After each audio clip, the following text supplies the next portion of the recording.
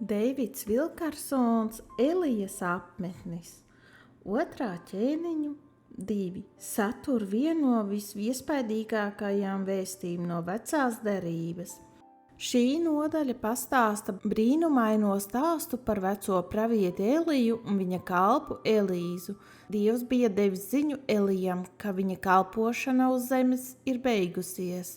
Tagad viņam ir jāpāriet Jordānas upei un jādodas uz kādu vietu, kur debesu rati viņu pacels un nogādās godībā. Kad vecais pravietis pavadīja savas pēdējās dienas uz zemes, viņš nolēma savā pēdējā ceļojumā apmeklēt Bēteles un Jērikas pilsētas. Viņš uzaicināja savu kalpu Elīzu doties kopā ar viņu, un tā šis kalpotāju pāris uzsāka, kā es to nosaucu, apmācību ceļojumu. Pēc tam, kad bija apmeklējuši abas pilsētas, viņi atnāca pie Jordānas upes krasta.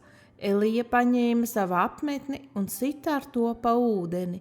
Ūdens pārdabiski sadalījās, un abi vīri pārgāja upei pāri, kā par sausu zemi. Kad viņi sasniedza otru krastu, Elija pagriezās pret savu kalpu un teica: Lūdzu, ko man būs tev darīt, iekams es tieku paņemts projām no tevis? Bez kavēšanās jaunais vīrietis atbildēja: Es lūdzu, lai tavs gars man tiktu dots 2 kārt. Sākumā Elija šķita pārsteigts par Elīzes lūgumu. Viņš teica: Tu esi lūdzis grūti izpildāmu lietu. Tad viņš atbildēja: Tomēr, ja tu mani redzēsi, kad es no tevis tikšu aizrauts, tad lai tev tā notiek, bet ja ne, tad tas nenotiks. Viņš teica: Ja tu redzēsi mani, kad tas kungs mani paņems projām, tad vēlēšanās tiks izpildīta, bet ja tu nokavēsi šo mirkli un to neredzēsi, tu aiziesi neapmierināts. Kad viņi gāja tālāk, piepeši no debesīm nobrauca ugunīgi rati un atdalīja abus vīrus.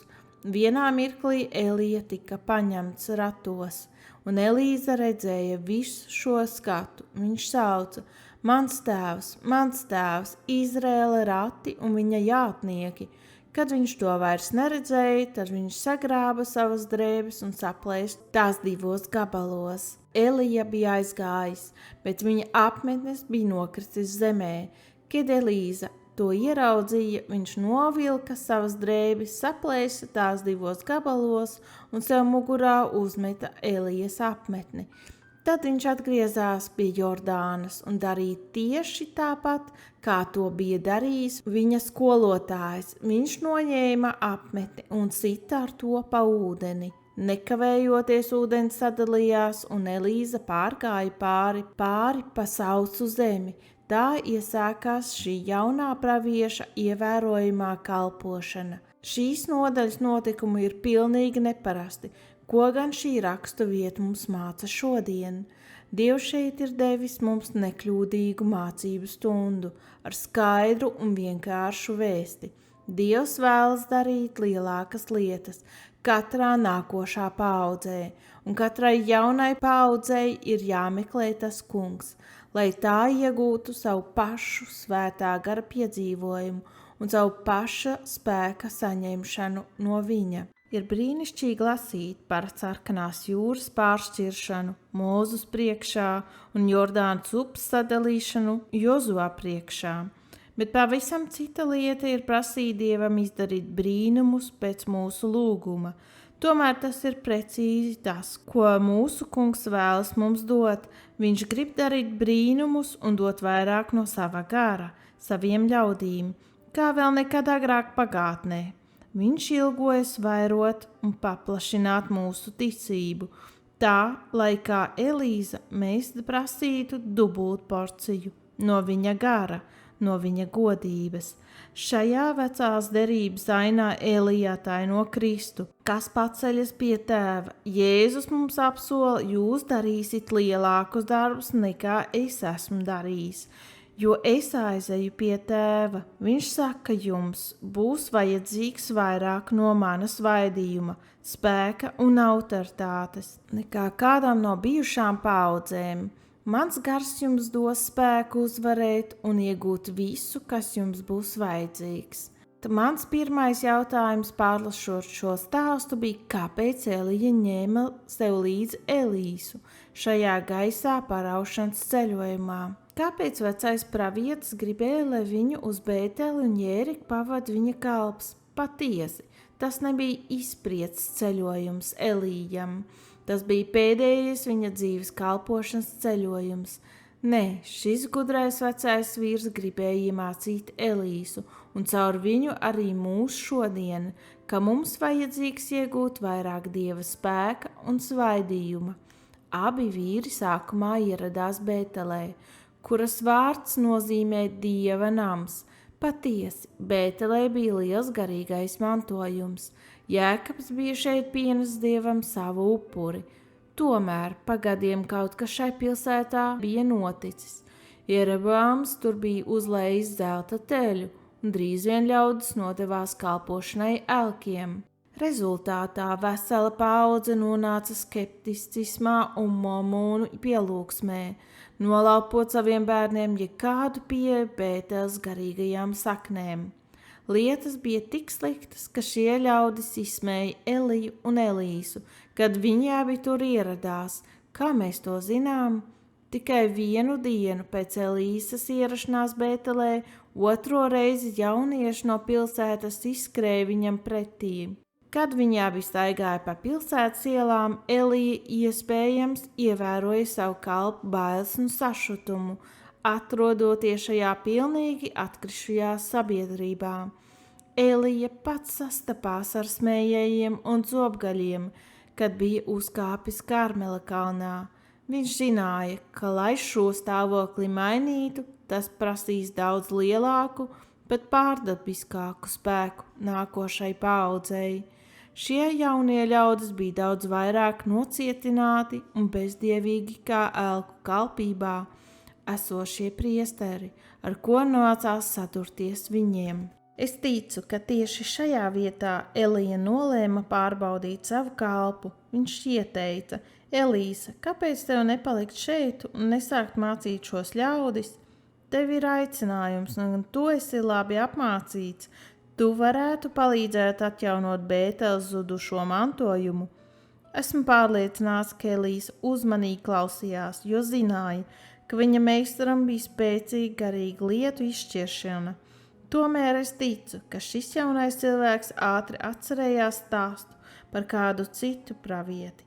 Dievs bija sūtījis kādu vārdā nenosauktu runas vīru uz Bēteli. Dievs apstiprināja vārdā nenosauktā pravieša kalpošanu ar pārdabiskiem darbiem. Tomēr šis pats svētais pravietis vēlāk tika pievilts. Viņš sakompromitējās un pazaudēja savu garīgo spēku. Kad Elīza izpētīja situāciju Bētelē, viņš saprata, ka vēl nav gatavs nostāties pret ļauniem gariem, kas tur valdīja. Viņš apzinājās to, ka Elija zināja jau iepriekš vajadzību pēc svētā gara darīt lielākus, daudz spēcīgākus darbus caur viņu, pirms viņš varēja atklāti nostāties pret ļaunumu šajā pilsētā. Viņš teica savam meistaram: tik tiešām, ka tas kungs ir dzīvs un tava dvēsele dzīva, es tevi neatstāšu. Tad raksti saka, tā tie abi gāja tālāk. Es ticu, ka Bētele pārstāv ļaunā sabiedrības veidu, par ko ir kļuvusi mūsu pašu tautu vienas paaudzes laikā. Arī mēs dzīvojam starp smējējiem un zobgaļiem. Baudkāri ļaudis nododas kārībām un kalpo elkiem, ir homoseksuāli, un šī mūsdienu paudze ir daudz ļaunāka nekā tā, kura dzīvoja Elija vai Elīsa. Šie svētie pravieši redzēja bērnu ķengāšanu, izsmiešanu un zaimus. Es negribu nosodīt visu mūsu jaunatni. Es zinu, ka ir daudz dievbijīgu pusauģu arī šajā sabiedrībā, kas ir degoši Jēzum. Es pateicos Dievam par katru jaunu cilvēku, kas nostājas Kristus pusē šajās ļaunajās dienās.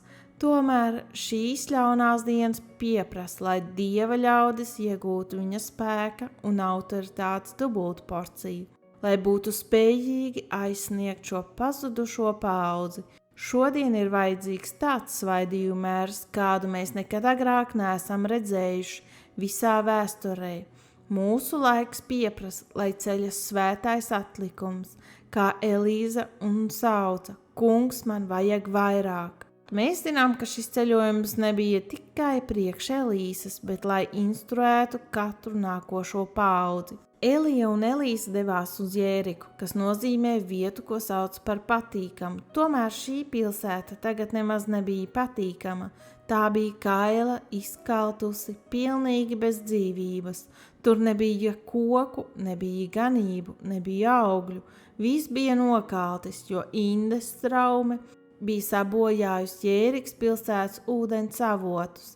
Šī pilsēta pārstāv mirušu, izkaltušu kristietību, draudzes, ko Jēzus aprakstīja Atklāsmes grāmatā šādi: Tev ir vārds, ka tu dzīvo, bet tu esi miris. Atklāsmes 3.1. Elija bija nodibinājusi praviešu skolu Jērikā, un acīm redzot, viņš un Elīze savā pēdējā ceļojumā apmeklēja šo skolu. Kādi no jaunajiem praviešiem nāca pie Elīzes prasīdams: Vai tu arī zini, ka šodien tas kungs paņems tavu kungu pāri tavai galvai un aizvedīs projām no tevis? Elīze ātri tos apklusināja un sakot: Es zinu, tik cietiet klusu. Tagad šie jaunie dieva ļaudis bija rakstu studenti, viņiem pat bija kādas pravietiskas vīzijas, ko viņi zināja, ka Elija tiks paņemts projām tajā dienā. Tā bija kalpotāja paudze, kas varēja tikt sūtīta misijas darbā uz Jūdeju un pārējo Izrēlu, celt skolas, barot nabagus, sludināt vārdu. Bet kaut kas viņiem pietrūka, tas bija spēks, svaidījums un svētā gara dota autoritāte. Nākošajā dienā šie paši kalpotāji lūdza Elīzu atļaut iet uzmeklēt Elīzes ķermeni, gadījumā, ja svētais gars to būtu nomet uz kāda kalna vai kādā ielajā. Viņa bija pilnīgi neprašas attiecībā uz svētā gara izprašanas ceļiem un viņa darbiem. Viņi varēja liecināt, sludināt, runāt par brīnumiem, bet tiem nebija dieva spēka personīgi piedzīvojuma. Elija iespējams dzirdēja viņu sarunas ar Elīzu, un viņam bija jādomā, vai tikai viņa kalps izšķīra, kurp ved šī viņu miesīgā kalpošana. Tāreiz vecais pravietis pārbaudīja jauno. Izskatās, ka viņš tam ieteica: Elīza, tu tagad redzi nākošās paudzes kalpošanu, tomēr tu vari skaidri redzēt gara darbības iztrūkumu viņos. Kāpēc tev neapmesties šeit un nemācīt šos kalpotājus par gara ceļiem? Tu esi tas cilvēks, kas vienīgais spēj uzmodināt šo mirušo, izkautušo, pārlieku intelektuālo draudzi, bet Elīze zināja, kas notiktu. Ja viņš sāktu kalpot šiem kalpotājiem, viņi turpinātu abrīnot Elīzes spēcīgo kalpošanu un pastāvīgi viņu apturēt ar tādiem jautājumiem kā: Cik daudz stundas dienā tavs meistars lūdza? Cik daudz laika viņš pavadīja studējot bauslības grāmatas? Kādas evanģelizācijas metodas viņš pielieto? Kādas doktrīnas viņš mācīja? Elīze tad savu garkalpošanu nobeigtu, lasot lekcijas viņu bībeles skolās un savu dārgo laiku izniekojot, atceroties atmodas un pagātnē piedzīvotos brīnumus. Un šie ļaunie kalpotāji izlietotu visu savu enerģiju, cenšoties būt kā mazi Elijas, mēģinot kopēt viņa brīnumus un tomēr bez svētā gara spēku un autoritātes. Draudze šodien ir iekritis šajā pašā slamatās. Mēs studējam pagātnes kustības un atmodas, meklējot vissekmīgākās atmodas atslēgas, cenšoties atklāt metodas, kā nogādāt uguni no debesīm. Cik es varu saprast, baznīca sauc pēc veco laiku svētā gara atmodas, jaunas iestāšanās, tomēr tas viss nāk no vēlēšanās redzēt Dieva atjauninājumu, to, ko viņš jau ir darījis pagātnē. Elīze tagad atbildēja savam skolotājam: Es šeit tomēr nepalikšu, es tevi neatstāšu. Viņš zināja, ka nespēs ietekmēt nevienu šajā mirušajā, izkautušajā baznīcā, kamēr nebūs pats saņēmis pieskārienu no Dieva. Viņš nevarēja paļauties uz Elijas lielajiem darbiem, un viņš arī nebija gatavs iet, nesaņēmis neko mazāku kā gara spēku, kas piederēja viņa skolotājam. Viņš teica Elijam: es, protams, cienu savu priekšteču ticību, garīgos milžus no pagātnes, bet es zinu, ka tas kungs vēlas darīt jaunas lietas, un man ir jāsaņem lielāku dievu pieskārienu nekā viss, kas ir piedzīvots agrāk. Tagad es vēlos doties atpakaļ uz ainu pie Jordānas upes. Kāpēc Elija pastāvēja pie šīs upes pārdabiskas pāršķelšanās? Jordāna nebija dziļa, plaša upe, un raksti nesniedz liecību, ka tā būtu arī izsīkusi. Starp citu, otrajā pusē stāvēja 50 spēcīgi jauni pravieši, kas pāris stundās varēja izgatavot plostu. Es ticu, ka Elija gribēja savam sekotājam likt saprast, ka visas brīnumainās ūdens šķēršošanas pagātnē no Mūzes līdz Jozuā un līdz viņa dienām bija pagātne. Viņš gribēja izaicināt Elīzu, it kā sakot, ka tu iesāksi savu paša kalpošanu un sludināsi, ka tavs dievs ir brīnumdievs, tev jāliecina par to, ko viņš ir darījis pie tevis personīgi. Es drīz būšu aizgājis, Elīza, un rītdien, kad tu atgriezīsies pie šīs upes, es vēlos, lai tu dodies atpakaļ tādā pašā veidā, kā atnāci. Tici Dievam par brīnumu atklāšanos tavā paša dzīvē. Vairumam no mums nav ticības ticēt Dievam par mūsu pašu brīnumu piedzīvošanu šodien. Mēs pavadām laiku abrīnojot neparastos notikumus rakstos, bet visu šo laiku Dievs vēlas mums teikt: man ir kaut kas labāks priekš tevis. Es vēlos darīt brīnumus tavā dzīvē, izmainīt tavu namu, salāpīt tavu laulību, izglābt tavus neatpestītos. Tu sastapsies ar savu pašu sarkano jūru, savu pašu Jordānu. Es vēlos šos ūdeņus pārdalīt tavā priekšā. Jordānas otrā pusē Elija teica Elīsam: lūdzu man, ko man darīt tevis labā, pirms es aizēju. Vecais pravietis piedāvāja brīnumus, kā kāds džins, kas izlīdis no lampas, izpildīs 3 vēlēšanās. Viņš piedāvāja to Elīsam kā dievbijīgs skolotājs ticībā. Tas bija pēdējais pārbaudījums, un viņš gribēja redzēt, kā viņa jaunais māceklis reaģēs. Es ticu, ka vairums kristiešu šodien atbildētu: sabiedrība ir sajukusi, visapkārt lietas brūk, esmu noguris no cīņas, vēlna uzbrukumu izmocīts.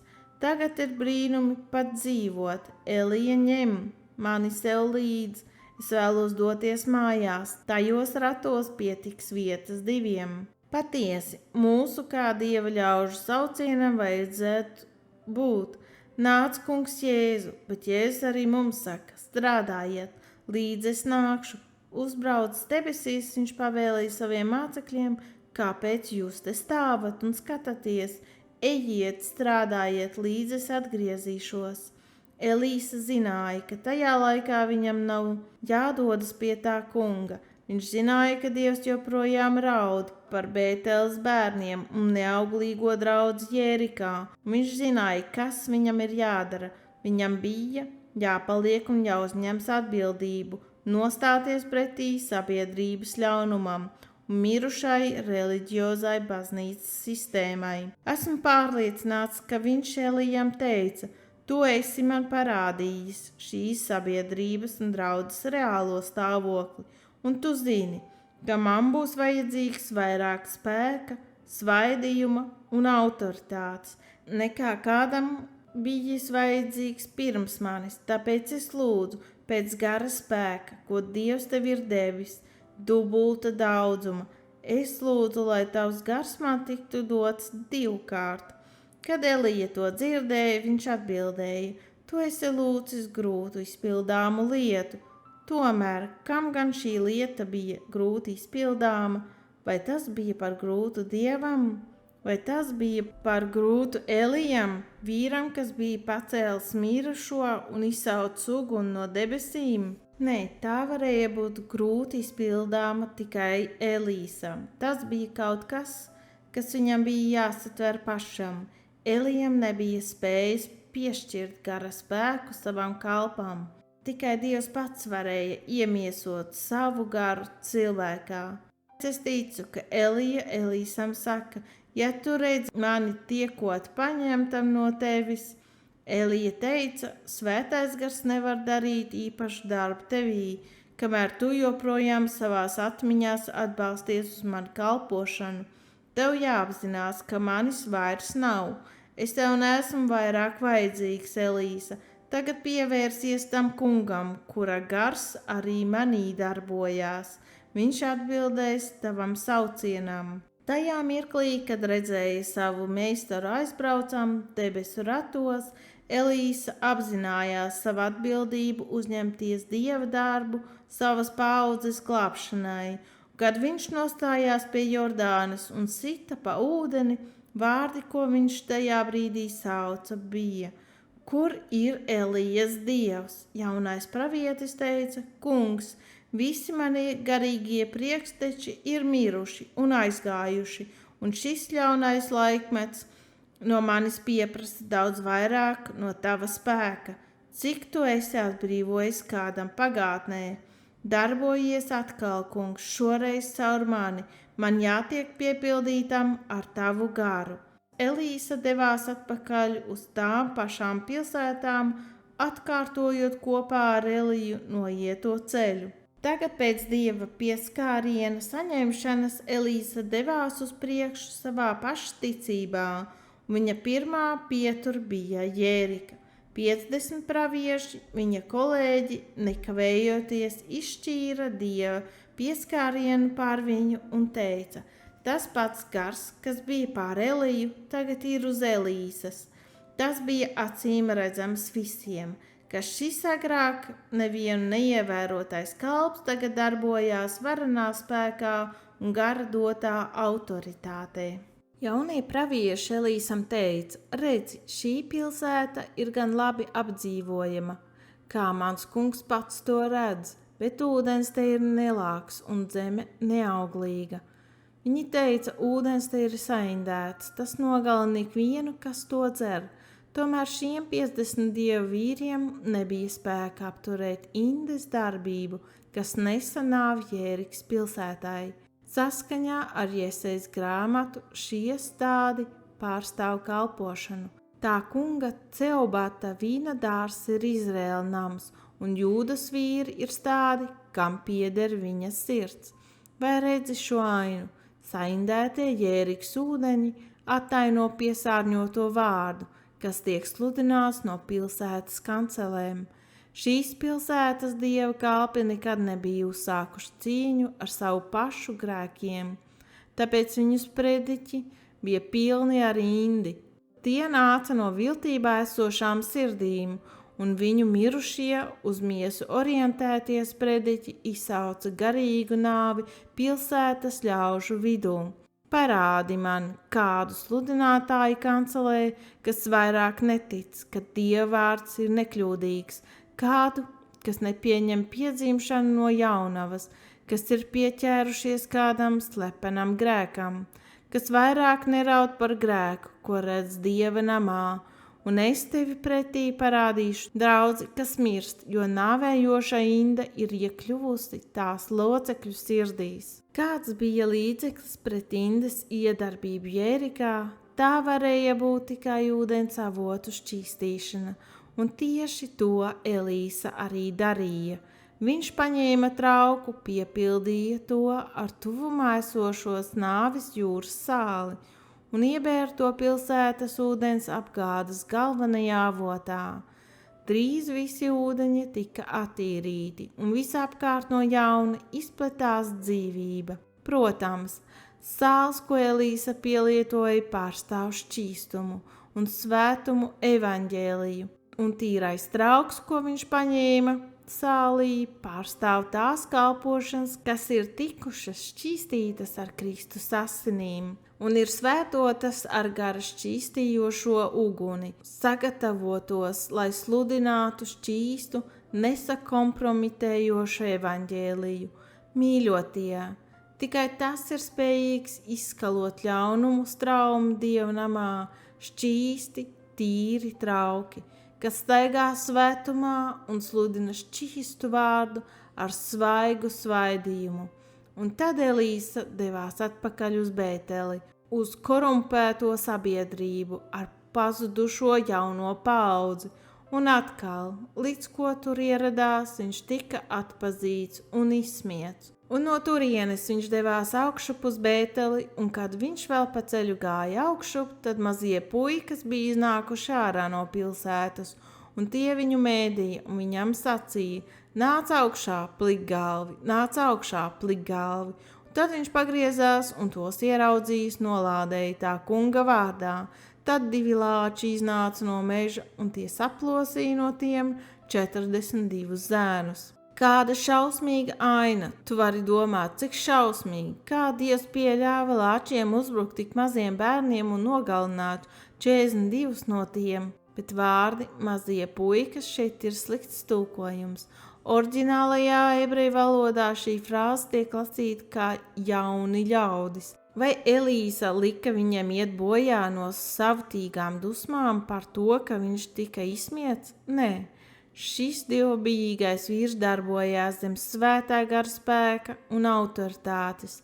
Fakts ir tāds, ka šie smējēji jaunie ļaudis bija izdarījuši un nepiedodami ļaunu grēku. Atļaujiet man to izskaidrot. Neapšaubāmi šie puikas bija dzirdējuši par Elīsu paraušanu debesīs, tomēr tagad, izsmejot Elīsu ar saucieniem nāc augšā, plikgalvi, viņi izsmēja pašu svētā gara darbu. Viņi bija dzirdējuši patiesību par gara svēto darbu, bet tie nebija pieņēmuši. Viņu rīcība pret Elīsu bija izsmiešana, svētā gara kalpošanas darba izsmiešana, un tas ir nepiedodams grēks. Jaunie puikas, mūsdienu jaunie sludinātāji šodien dara to pašu lietu, ko viņu priekšteči Bētelē. Daudzus gadus Dievs bija pacietīgs attiecībā pret atkritušo baznīcu Bētelē. Ļaužu pulki sabatā pulcējās pie altāra pielūgt.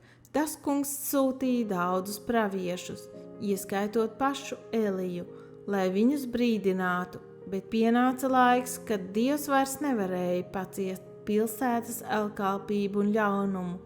Pienāca sots. Tāpēc viņš sūtīja šajā ļaunajā ainā vīru, kuram bija dota svētā gara dubultporcija. Elīsa darbojās Bētelē ar autoritāti, sludinādams pilsētas ļaudīm sodu par viņu grēkiem. Pārāk daudz jaunu kalpotāju šodien paļaujas uz tām pašām iesīgajām metodēm, ko pielietoja atkritusī baznīca Bētelē. Viņi ienesa Dieva namā to pašu mūziku, kas izraisīja sacelšanos debesīs, zemišķas kaislības, laicīgus iepazīšanās vakarus. Viņi izdara sabiedrības aptaujas, lai no grēka pildītās sabiedrības uzzinātu, kā vislabāk ievest neticīgos draudzes namā.